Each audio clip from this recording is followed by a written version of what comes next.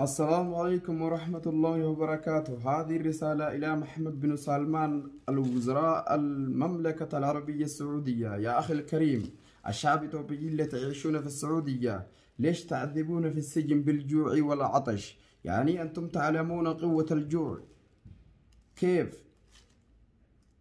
هو نحن زيكم بشر.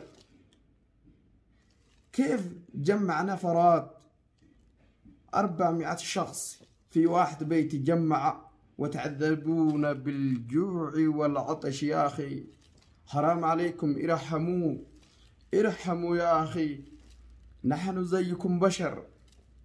بعد يمسكوهم تودوه السجن تردوا البلاد. ايش ناقص منكم؟ انتم كل شيء في عندكم يا أخي. هذه الوقت الحمد لله، الله يرزق من يشاء بخير حساب. في بترول، في ديزل، فلوس، كل شيء عندكم موجود. أنتم هذه المساكين تردوا بلادهم. إيش ناقص منهم؟ قولوا لي إيش ناقص منهم يا أخي الكريم. والله حرام عليكم. شوف، في واحدة غرفة، يعني في واحد بيت 400 شخص 300 شخص تجمعون. ما في بطانية. هذه الوقت الشتاء، هذه الوقت الباردة، ما يعطي لهم البطانيات، ما يعطي لهم أكل، ما يعطي لهم الموية.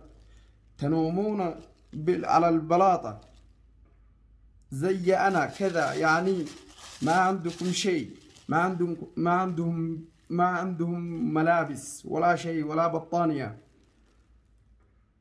هذه البسيطة بطانية خلي، ما في مشكلة. حتى أكل ما في، موية ما في يا أخي، شراب ما في. حرام عليكم. أنتم إيش ينفعكم كذا؟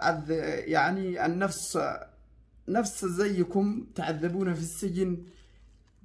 ماذا حصلتم الفائدة؟ قولوا لي فائدة. شوف يا أخي، واحد منهم في السجن اقتل نفسه بيده. واحد منهم مريض. واحد منهم موت في السجن. إذا واحد مريض يسأل العسكري في السجن توديني مستشفى، وأقول له اسكت يا كلبي، بعد كذا اضربوه مضاربة قويا وأعطي لهم لكمة وأعطي لهم زبطة، بعد كذا اترك روح. هذا بعد شوية موت علشان أول مريض، وبعد كذا زود عليه مضاربة. الانتهى. اسمعوني جيدا، أنتم تسمعون وتعلمون إيش مشكلة في السجن.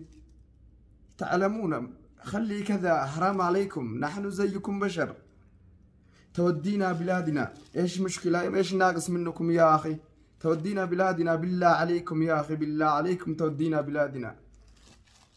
أنتم تعرفون هذه بلاد الإثيوبيين دولة الفقيرة.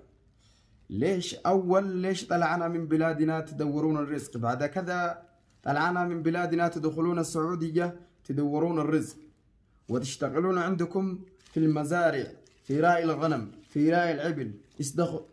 استخدامكم، نحن استخدامكم يا حبيبي.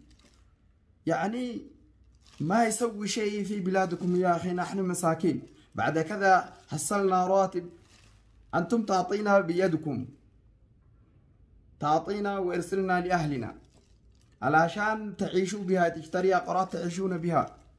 شوف، أنتم ليش ما في تفكرون؟ ليش جابوهم هنا هذه الإثيوبيين؟